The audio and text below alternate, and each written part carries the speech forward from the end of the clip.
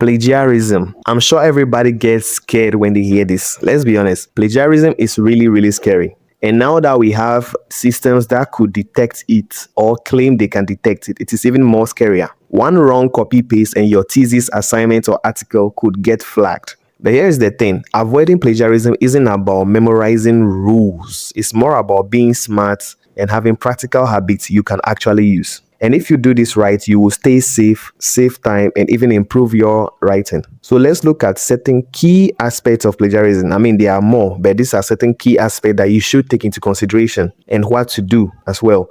Number one, understand what counts as plagiarism.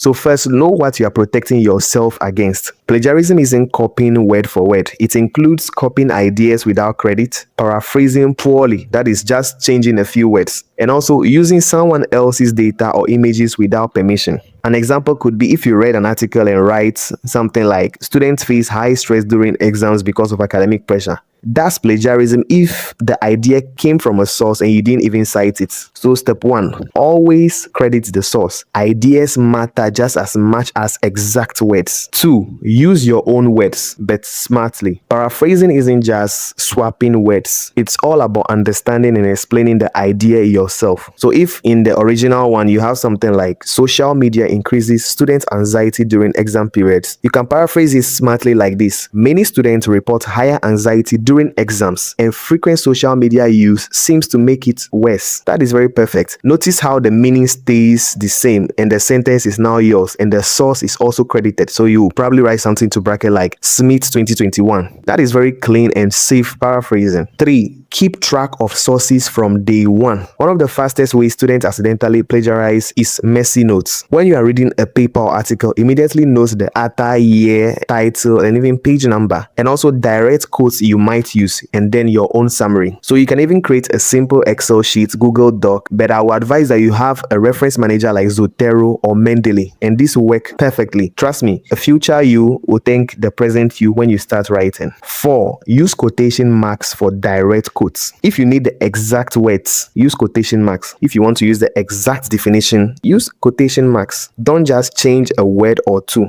For example, a wrong one can be you just stating something like students feel stressed because social media affects their focus, and this is from Smith 2021. The best way to do this is put them in quotation marks. Simple, precise, and safe. When anybody reads this, they know that this is directly from Smith, and you've already placed it in quotation marks aside from citing it. Then 5. Cite everything appropriately. Even ideas that you've paraphrased need a citation, and you have to know the type of citation you are giving, and this depends on institution, whether you're using APA, Harvard, MLA, Chicago. It depends on your institution. And this also shows your supervisor or the reader that, yeah, I am someone who is building on research responsibly. 6. Use plagiarism checkers smartly. Before submitting, you can run your work through a plagiarism checker. Tools like Turnitin can catch accidental similarities. But remember, these tools are like a safety net and they are not a replacement for good habits. Even if a checker says 5% similarity, you still need to make sure citations and paraphrasing are correct. 7. Plan ahead and don't rush. Most plagiarism mistakes happen under pressure.